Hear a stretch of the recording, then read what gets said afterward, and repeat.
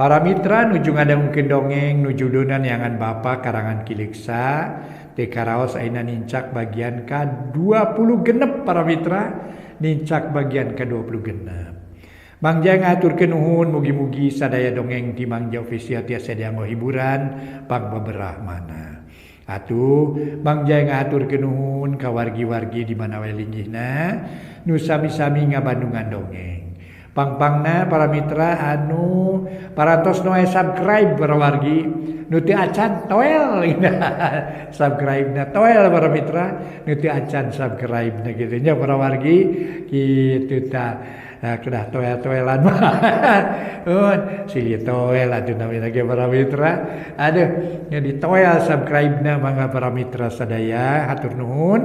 Tah upami hoyong noelan anu sanes mangga bade ka playlist bade ka naon teh video bade ka mana bade ka nyangakeun we kumaha hoyongna eta nya.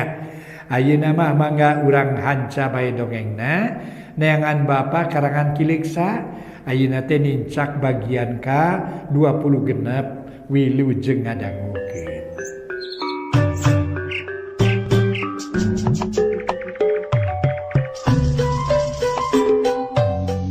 Para mitra kaum dangu, wilujeng tepang dangu sareng acara matuh dongeng enteng pangbaberahmana. Mangjaya sapara kanca bade neraskeun hanca dongeng nu katunda carios nyambung, judulna neangan Bapa karya Kiliksa. Ayeuna nincak bagian ka-20 genep. Kumaha dongeng saterasna sabada harita Masarni meunang katerangan tinu jadi anakna.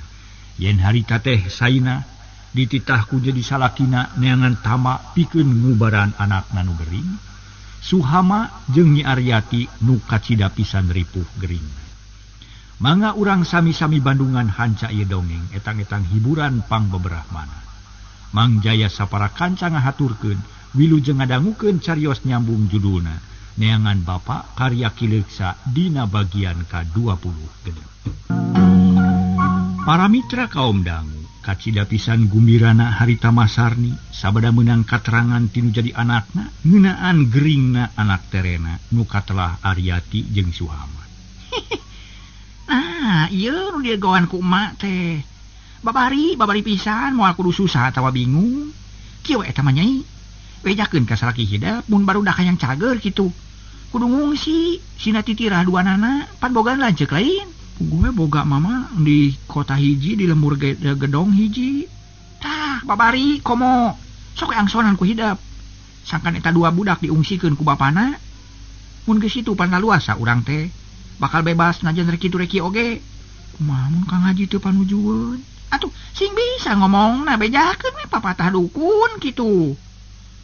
Mun nanya sababna kumaha? Nyi Sainah tetep can ngartieun. Ih aya belet pisannya maneh mah. Bejakeun we ka Jang Haji. Di mah teh loba juri kitu loba kasakit, loba setan siluman nu marakayangan. Mun nu gering hayang cager kudu diinitkeun tak kitu. Nyi Sainah ngahuleng mikiran omongan indungna. Dipikir dibulak-balik dibeuweung diutahkeun ditimbang-timbang untung rugina. Utamana mah bisi di akhir aya balitunganana, bisi teu bisa tanggung jawabna. Tapi dipikir beuki kapikir dirasa beuki karasa omongan indungna teh aya benerna. Nyeh seuri sorangan tuluy neuteub ka indungna. Nya bener nya maknya. Mending kitu ayeuna mah sugan we ari geus eueuh bebenyit mah bebas kuring teh. Rek ngomongna naon ge moal kagok da teu aya nu ngingkilikan. Tah kitu bener. Pek we bejakeun sakumaha ceuk papatah mah. Dijamin hasil. Dah Jang Haji mah lah geus loba kapercayaan sagemrengna ka hidap. Tapi kumaha mun neangan tamat teh? Mere ongkosna? Mere tayeu mah ya. Song Nyi Sainah mikeun duit ka indungna. Teu ulu rada kanal jeung Sarni marah mai panon herang menyo duit mobil hejo para mitra sadaya. Top ditampanan bes kana kutang buni naker.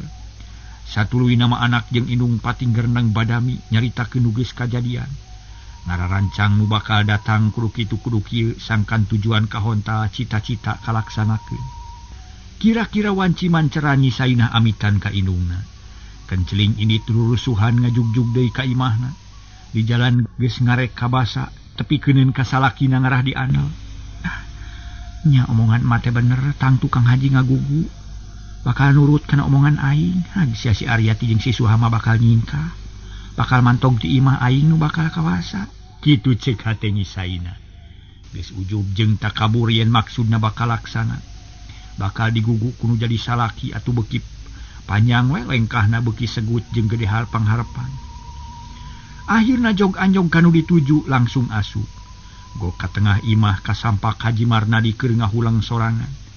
Di samping sarung keneh karek rengse ta salat lohor. Tah geuning geus datang kumaha hasil?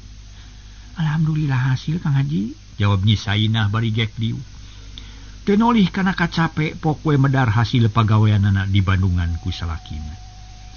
Papatah ti Mas Sarni dibejakeun kabeh, dicaritakeun kalayan Daria teu jiga-jiga meunang ngareka manehna. Atuh Ki Haji teh meuni unggut-unggutan, sanggeus parat nu nyarita pok Haji Marnadi nempas. Nya syukur ari hasil mah. Akang teh bunga tapi naon maksudna make kudu titirah cenah. Mun di bumi teh teu aman, teu cocok sareng kahirupan barudak. Mun geuring palai damang carana kitu cenah Kang. Teu aman kumaha? Na aya naon cenah? Aya bangsa lemut, bangsa siluman nu teu weleh ngagoda cenah ka barudak. Nu mawi upami teu diungsikeun moal damang Kang. Nah, ka urang mah geuning teu naon-naon. Munyan teu aman teh tang tu urang bakal diganggu, cek Haji Marnadi. Palias teuing abdi mah teu hayang diganggu. Jeung nade nu sok diganggu mah ku jurig manu aranom, nu can loba pangalaman, nu can pangger pamadegan. Pan ari bangsa akang mah parantos kiat, komo kasebat Haji moal wani tundeun jurig oge moal. Haji Marnadi unggut-unggutan setengah kapangaruhan ku pamajikanana. Da eta geus kapiheulaan ku nyaah jeung percaya, jadi weh omonganna langsung dipercaya. Saeutik ge teu boga pikiran rangkepan, teu boga curiga itu jeung ieu. Nya kaharti ku akang ari kitu mah. Jadi hiji-hijina jalan barudak teh kudu ngungsi kitu meureun nya. Mun kitu geura cobiana tuh Kang. Haji Marnadi ngahulang. Mikiran pilampaheun naha eta saran teh. Dijalankeun atawa ulah. Tapi kulantaran geus poekeun ti kamari keneh geus jengkel sarta capek hate. Akhirna nyokot hiji putusan yen anakna nu garering rek dianteurkeun heula ka lanceukna nu di kota. Nya moal aya rugina najan sina titirah ge. Keun isukan urang neangan jalma nu keur nganteurkeun urang jajabkeun ka ditu. Abdi ngiring Kang. Tang tuh atuh urang ge kudu ka ditu. Plong hate Nyisainah ngemplong. Bunga nu taya papadana lantaran kahayangna geus ditedunan. Digugu jeung disatujuan ku salakina. Geus kitu mah Nyisainah kapawon rek popolah ari Haji Marnadi turun ti imah. Rek neangan pagawe pikeun jajab kanu gering. Jajab nu gering ka kota. Kocapkeun pasosore kira wanci sariak layu. Haji Marnadi geus aya di imah, hatena bunga lantaran geus meunang nu bakal jajab. Malah geus tatahar bawaeun isukan. Keur kitu jegoh-jegoh sadanu batuk ana direret Suhama geus bisa hudang. Rumangyeung mapai sisi bilik gap kana panto. Lol katepas bapana ngajenghok reuas pacampur jeung ato. Tah geuning geus bisa hudang Suhama. Kade labuh. Bari tuluy mulu anakna dicekel tak-takna. Dibenyeng di bawah kana kursi, dibeyeng di bawah kana kursi. Gek Suhama diuk. Ambekan kerep maningahegak beungeut sepa panon celong. Sajongjongan mah jempe Suhama jiga nu ripuh leumpang sakitu ge. Malah rada muringis ngahan kanyeri. Da sirah meuni nyautan keneh ku bapana teu dijauhan diukna pagigir-gigir. Kumaha Suhama? Geus rada mending kanyeri teh. Alhamdulillah. Karesel mah leungit. Anu sirah lalieur keneh. Ning titinggalian asa rumang. Nah, atuh ka hudang di kamar we bisi asup angin. Abdi teh panasaran. Tadi nguping kasahuran bapa sareng Bisaina. Nah, leres abdi teh bade diungsikeun. Suhama nanya bari dareuda. Lantaran teuing kumaha hate mah teu mikeun mun kudu init ninggalkeun imah. Mana komodi kana kaayaan gering hate teh beuki tagiwur. Suhama ulah loba pikiran keur gering mah. Hate sing bang belas, pikiran sing tenan. Itu ieu bapa nu tanggung jawab, pangna bapa nyokot putusan kitu teh tayalian. Iwa tipikeun kapentingan hidup jeung Aryati. Naon margina make kudu titirah nu jauh, Pak. Kieu Suhama. Uidep diapan geus kasaksian. Imah teh asa keung jeung geuman, asa sanget beda ti sasari. Jeung na deui hidupnya kian sorangan basa tas dicai imah bet jadi leuweung sarta loba kuburan. Kaayaan kieu teh matak nambahan kasakit lantaran teu mere katenangan kana hate. Malahnya ieu pisan nu matak jadi kasakit, tah ku aya makhluk-makhluk demit nu nyiliburi di ieu imah. Jadi pikeun nyalametkeun hidup tina ieu bahaya, hiji-hijina jalan iwati ngungsi titirah kanu aman. Keun da moal salawasna engke geus aman mah kudu baralik deui ka dieu. Suhama teu nemal deui. Manehna can pati ngarti tapi rek cacarita asa capek. Jeung di jajantung bet ngadak-ngadak ratug tutunggulan hate pating sareblak. Akhirna mah para mitra Suhama nangtung teu loba carita tuluy maksakeun leumpang. Asup ka tengah imah ku bapana gancang diburu. Dibeyeng ka kamar goredag Suhama ngagoler. Rahuh narik napas jero tuluy ngalempreh bangun ripuh pisan. Kacaturkeun isukna para mitra sadaya rebun-rebun keneh di imah Ki Haji geus loba jalma. Babaturan Nyi Aryati daratang sobat-sobat Suhama rabul malah aya nu rek milu jajab. Ngan dihalangan ku Haji Marnadi magarkeun tehkeun bae teu dijajabkeun ge da kaditu namah rek kana mobil. Harita Suhama jeung Nyi Aryati geus disalinan Nyi Sainah meuni cakah ciki. Teu sikirikna sagala kumanehna jiga nu heueuh bela kanu ka anak padahal mah api-api wungkul. Da eusiat hatena mah tojaiyah pisan jeung kalakuanana. Memeh bijil panon poe sagala rupa geus tarapti. Suhama jeung Aryati diuk dina korsi nu geus make tiung jeung rancatan. Suhama sakorsi make piyama sirahna dibengker sukuna make kaos kaki. Ma titip heula sakedeungnya wayahna ku abdi di itu eta da melang di imah bisi aya itu ieu. Haji Marnadi papatah ka Mas Sarni. Mitohana nu harita aya di dinya. Keun bae Jang Haji imah marek ditungguan ku emak. Moal anu naon sing tenang jajabkeun barudak sing nepi ka nu dituju. Kumaha didoakeun sing salamet. Temal Mas Sarni. Mun mak, ayo atuh urang ngarinit. Haji Marnadi mere komando yen alitan bisa diinitkeun. Regeyeng patinta nu gering digotong Suhama ti heula dituturkeun ku Aryati. Brul nu rek jajab nepi ka sisi lemur awewe lalaki kolot budak ngaleut ngeungkeuy ngabandaleut ngembat-ngembat nyatang pinang. Bet asa ketir jeung keung nenyo nu digotong teh. Barang tepi ka sisi lemur reg para mitra sabagian eureun di dinya. Ukur jajab ku paneuteub nu sejena aya keneh nu milu. Rek jajab nepi ka wates lemur nu satuluy namah tuluy milu nganduaan anu bakal nyelangan di jalan bisi nu ngagotong keseleun. Satuluyna Suhama jeung Aryati tetep tumetep di imah lanceukna. Nu aya di kota ari Haji Marnadi sabada nitipkeun anakna ka anak nu cikal. Tuluy baralik ka lemur Ciboros. Bareng jeung Nyi Sainah nu keur meujeuhna gerah atuh nenjok kajadian kitu teh para mitra bungah pisan. Atoh taya papadana lir kagunturan madu ka urugan menyan putih. Gancangna carita saminggu geus kaliwat Haji Marnadi can ngamimitian di usaha. Teuing kumaha hatena beuteung bisa tentrem. Inget ka anak nu diungsikeun. Komo poean mungaran mah asa ditinggalkeun maut di imah meniti iseun. Keur poho masok gura-gero rarasaan teh anakna aya keneh di imah. Ari sadar sok istighfar bari ngusap beungeut.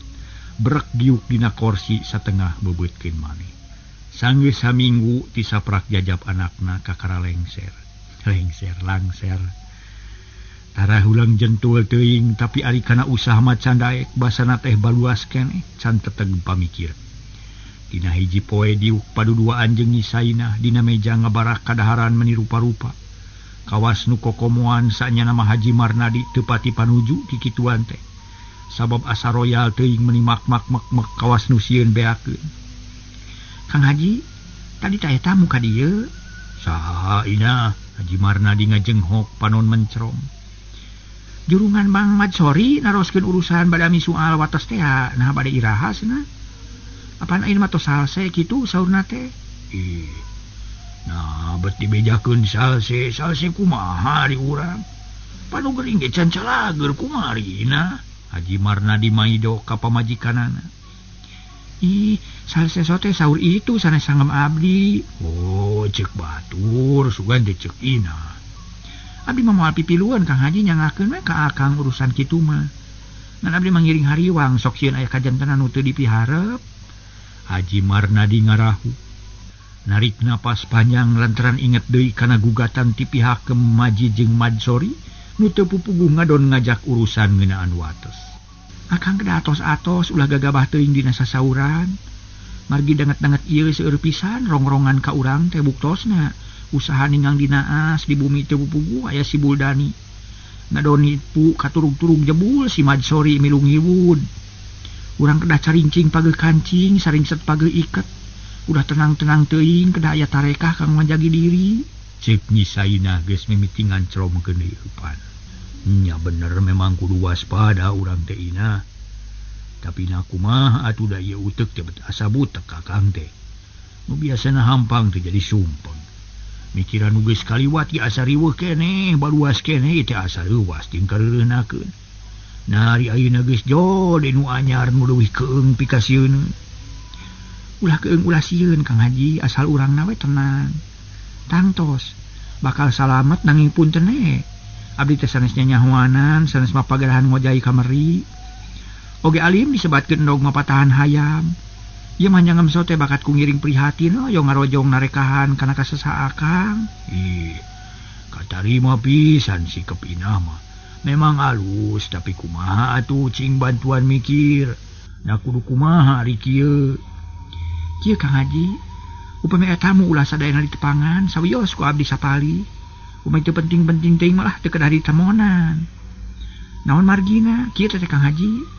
Kahiji kanggo ngajagi keamanan, kaduana kanggo nyegah kasauran-kasauran. Nu sakinten bakal ngait meurit kana diri akang. Contona basa badami sareng Madsori. Pan akang masihan janji yen bade badami ngariung jeung Haji Bakri katut pakuhu.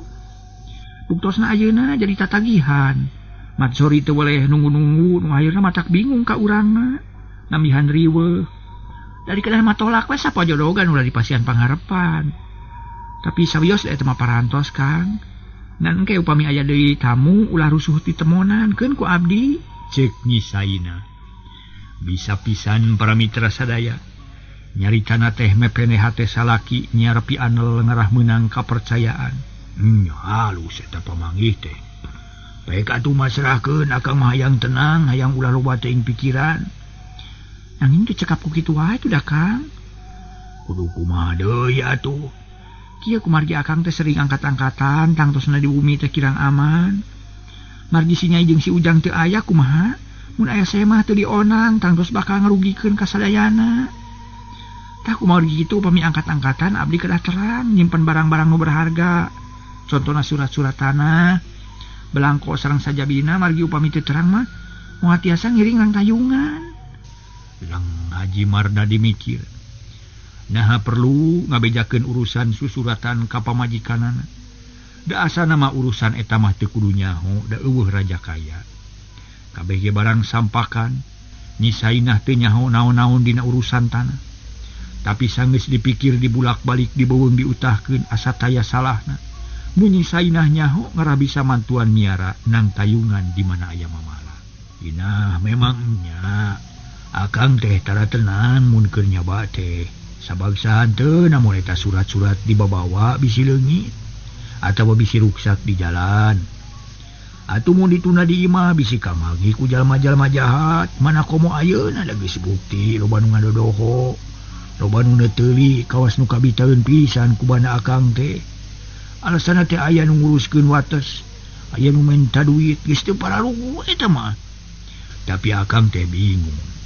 Nah kudu kumaha ngamankeunana lantaran ajan dipasrahkeun ka ina ge dina mangsana aya jalma jahat mah can pugu bisa ngamankeun.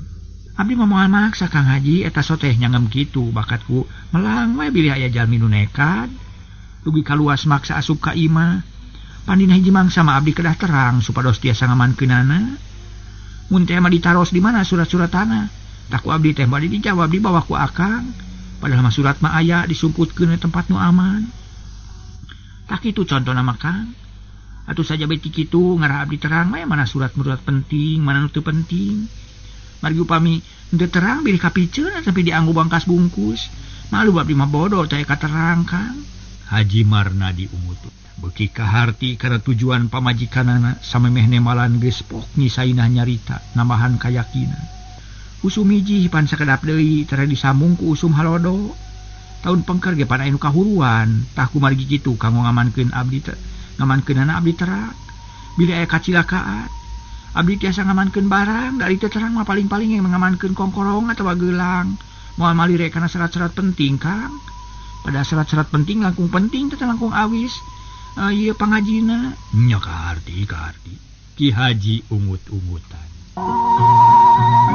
Para mitra kaum dangu, hate Ki Haji asa kahindiran.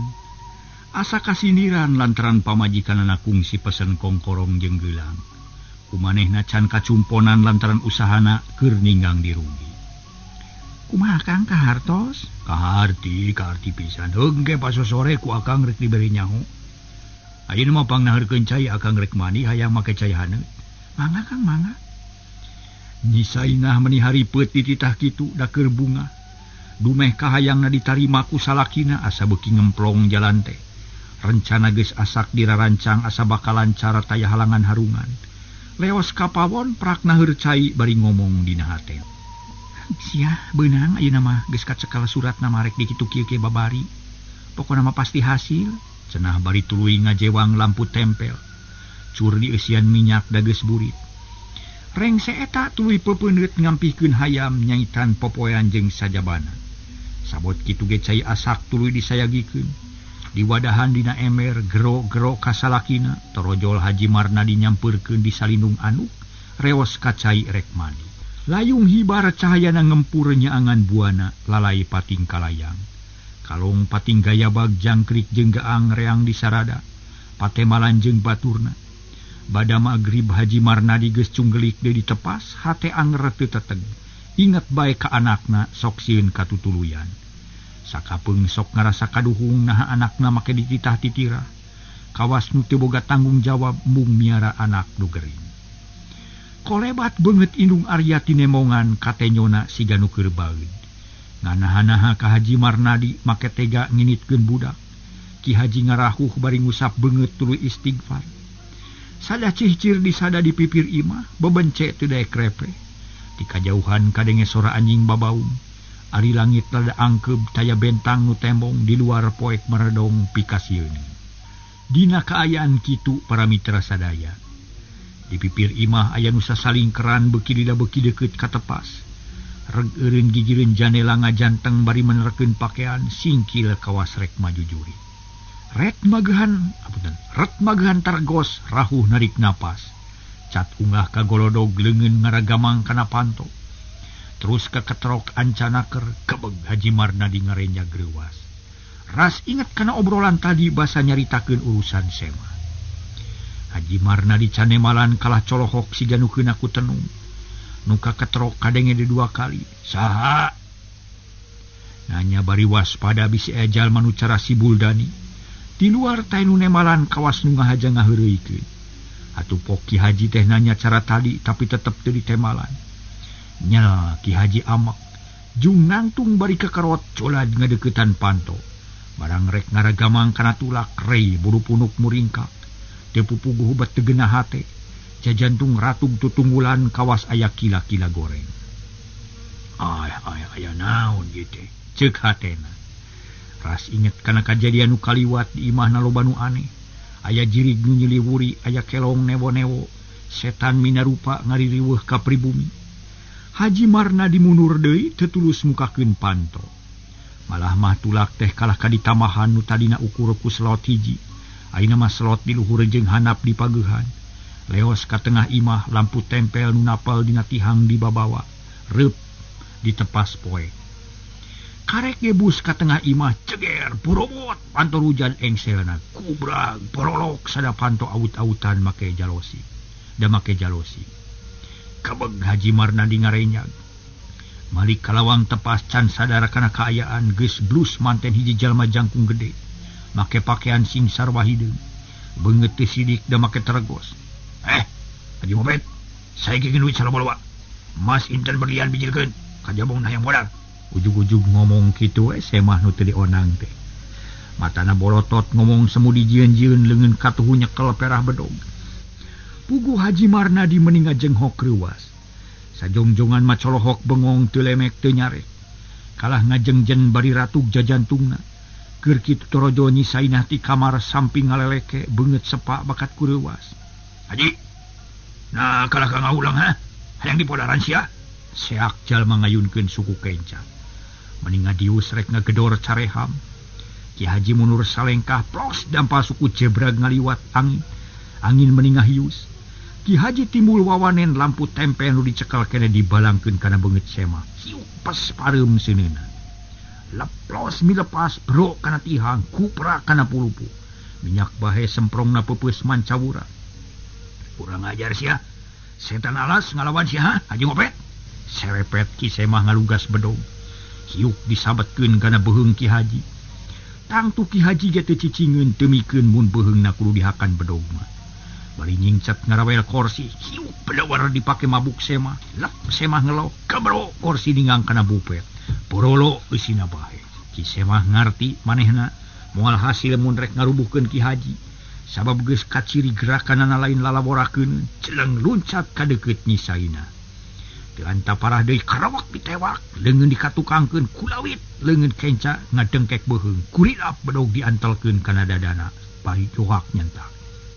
Haji Ngopet, mending nyaikeun duit atau mending ngorbankeun pamajikan? Mun sia nyoba ngalawan ka aing, ieu awe disate ku aing. Huleng Haji Marnadi bingung kudu kumaha geus kieu. Lain teh sanggup ngalawan musuh, tapi kudu kumaha pamajikan dipake sandera. Diancam rek ditubles dadana ku bedog, mangkaning meni seukeut da katara ngagurilap katojo ku lampu duduk. Ningali Haji Marnadi ngahuleng bae, harita Mang Dampa nyarita. Haji, hayu jawab, milih mana ha? Lepaskeun. Heug budewek dilepaskeun. Saegekeun duit. Haji Marnadi garo-garo teu ateul jengkel aya reuwas aya. Red ka pamajikan, red kana lomari, huleng rahuh deui tungtungna eleh deet pok ngajawab ngomong leuleuy. Kami mah milih pamajikan tope duit mata. Mana sia? Entop duitna eueuh. Nyokot sorangan butuh mah. Cek Ki Haji tetep ayem. Teu gugupna nyok kitu sabab geus meunang pikiran mun Semah ngaragamang kana lomari tangtu pamajikan bakal dilepaskeun. Mun geus kitu bakal aya kasempatan hade pikeun narajang deui. Tapi siasat Haji Marnadi gagal. Lantaran samemeh Semah bergerak nyisainah milu nimrung. Kang Haji, ulah dibere kasempatan cilaka. Cilaka eusi lomari bakal dikukun kabeh. Kebeg Haji Marnadi ngarenjag. Manehna ingat surat-surat tanah kabeh aya dina lomari, gancang nyarita deui. Ai, nya cilaka. Celeng ngadeuketan lomari nenyok kitu Semah nu teu dionang teh teu boga sangkaan. Yen eta lomari loba pisan eusina lat poho yen keur nyekel nyisaina, celeng luncat ngadeuketan Haji Marnadi. Hiuk-hiuk bedog dibubat babi. Nya puguh Ki Haji reuwas kapaksa barucat balicet ningkahan balai. Mangkaning di samping sarung jaba lemor deui. Hiuk bedog ngancam cangkeng kilek plos seak deui kana bujal lep beuteung sina ngelok menilang lengko. Berat kampret bodas katurih awir-awiran, untung teu tembus kana kulit beuteung. Kurilap ngancam tarang Ki Haji nyingcet ka gigi bari ngasupkeun pereup rek ngagorok ti koro musuh. Tapi musuh rikat luncat bari nyabetkeun bedog kana tak-tak Ki Haji. Perak Ki Haji mebeutkeun maneh. Lantaran geus eueuh kasempetan pikeun ngejat, kireleng ngagorentel, ngagunakeun gerakan ucing ocon. Cedak kana kursi, korejat hudang. Karwak kana kursi, hiuk bedawar dibalangkeun ka musuhna. Seak bret kursi disabetan ku bedog. Sukuna parotong kuprak kana palupu. Ki Haji bingung kudu kumaha ngarubuhkeun musuh. Tapi teu beak pangharepan red kana hordeng kamar. Sakilat dirawel bret beunang ditungtungna saroe. Rek kumaha petana sia taruh make hordeng Haji? Montong ngahina sia maju ani mah. Haji Marnadi memener hordeng. Tungtung jeung tungtung dicekel terus diputerkeun duhureun sirah. Seak kurilap bedog ngancam beheung Ki Haji. Tapi ngan sakilat dikabut ku hordeng bari sakalian dikanyat berat polonyon bedog lesot tina dampa leungeun musuh kagubed ku hordeng. Ki Haji meunang angin musuh teter unur-unuran Da sidik sabagian wawanen aya dina bedog anjeun ayeuna bedog geus karampas ku musuh atuh teu wudu jajantungna ratug hatena seber. Ayo maju mana kasaktian sia teh ngan sakieu cek Haji Marnadi bari nyekel perah bedog. Lung bedog dialungkeun ka pojok nu dicekel anger hordeng rek dipake nalikung bangsa. Haji montok jumago sia. Aing wani keneh sabab pikeun aing moal modar mun teu panasaran. Ya, modar ge teu panasaran asal geus hasil ngarebut surat-surat sawah nu aya di sia. Sabab sia teh haji ngopet, pura nipu jeung bobodo. Teh na pasrahkeun ka aing. Bisi sia diwojek sia ku aing. Hayo bejegeun jeung duitna. Cek eta semah terus keneh. Harus keneh sorana mah ngan sanyana mah hatena geus pewot. Haji Marnadi reuwas lantaran eta jalma jiga nu geus wawuheun ka manehna, jiga batur salembur. Tapi teu panjang mikir sabab nu penting mah dirina kudu salamet. Barang salamet. Marah mah para mitra bangsat beunang serog Ki Haji maju. Put muterkeun hordeng rek dipake ngeurad musuh, tapi cenah musuhna luncat ka gijil ngadupak ka calomari. Gombrang bru kaca ancur mancawura mung haktosna ka bujeng seep. Para mitra duh hanya akalnya. Aduh dugi ka dieu heula para mitra carios nyambung judulna neangan Bapa karya Kileksa. Mangga Mang Jaya ngahaturkeun wilujeng kantun bae kasadayana permios.